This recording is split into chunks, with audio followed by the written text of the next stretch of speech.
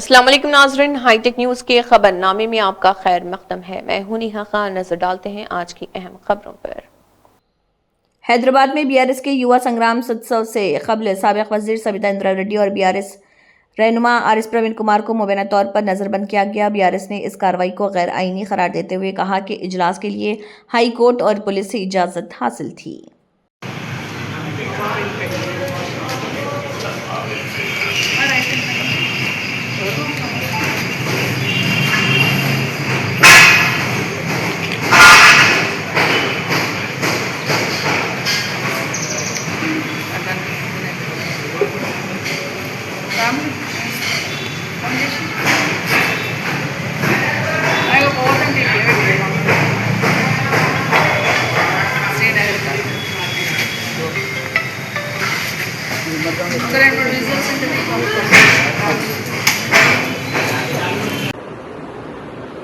తెలంగాణ ప్రజలందరికీ కూడా నమస్కారం.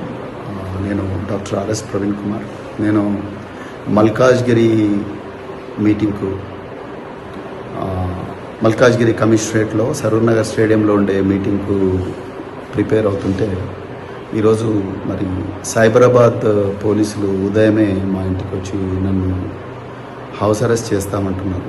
నిజంగా నాకైతే ఆశ్చర్యంగా ఉంది. గౌరవ తెలంగాణ హైకోర్టు, అదేవిధంగా గౌరవ మల్కాజ్గిరి పోలీస్ కమిషనర్ శ్రీమతి సుమతి గారు వీళ్ళందరూ ఇన్ రైటింగ్ పర్మిషన్ ఇచ్చిన తర్వాత కూడా మాలాంటి నాయకులను వీళ్ళందరినీ కూడా పోలీసులు అరెస్ట్ చేసి గృహ నిర్బంధంలో ఉంచి ఆ మీటింగ్కు పోకూడదని ఇన్ని కుట్రలు చేస్తున్నారంటే ఇంకా తెలంగాణలో రాజ్యాంగం ఇచ్చిన జీవించే హక్కు కానీ లేకపోతే స్వేచ్ఛగా తిరిగే హక్కు article 19 clause 1 clause A clause B ఈ విధంగా రాజ్యాంగం నుంచి సంక్రమించిన హక్కులకు కూడా మరి ఏమాత్రం కూడా రక్షణ లేకుండా పోయింది. మరి ఏ ముఖం పెట్టుకొని రాహుల్ గాంధీ సంవిధాన్ బచావో రాజ్యాంగాన్ని రక్షిద్దామంటున్నారు. ఆయన శిష్యుడైన రేవంత్ రెడ్డి గారు అదే రాజ్యాంగం ఇచ్చిన హక్కులను కాలరాస్తూ ఉన్నారు. ఈ పోలీస్ అధికారులకు పాపం వాళ్ళకి ఏం తెలియదు. వాళ్ళ పై అధికారులు ప్రవీణ్ కుమార్ని ఆపండి అని చెప్పిండ్రు, ఆపుతా ఉన్నారు. వాళ్ళ దగ్గర మాకు ఆ ఇన్ఫర్మేషన్ సరే ఇన్ఫర్మేషన్ నేను మా యువ నాయకులు మా ఎమ్మెల్సీ షంబీపూర్ రాజు గారు నాకు ఆ పోలీస్ పర్మిషన్ లెటర్ కూడా పంపించారు. అదే విషయాన్ని నేను వీళ్ళకు నర్సింగ్ ఇన్స్పెక్టర్ గారు కూడా చెప్పాను.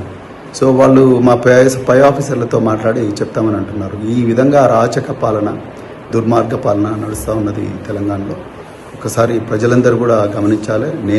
నన్ను మా సరూర్ నగర్లో మా వర్కింగ్ ప్రెసిడెంట్ కేటీఆర్ గారు ఏ మీటింగ్కి అయితే వస్తున్నారు ముఖ్య అతిథిగా, ఆ మీటింగ్కు నన్ను పోనివ్వకపోతే మాత్రం నేను ఆమరణ నిరాహార దీక్ష చేస్తా ఇంట్లోనే కూర్చొని.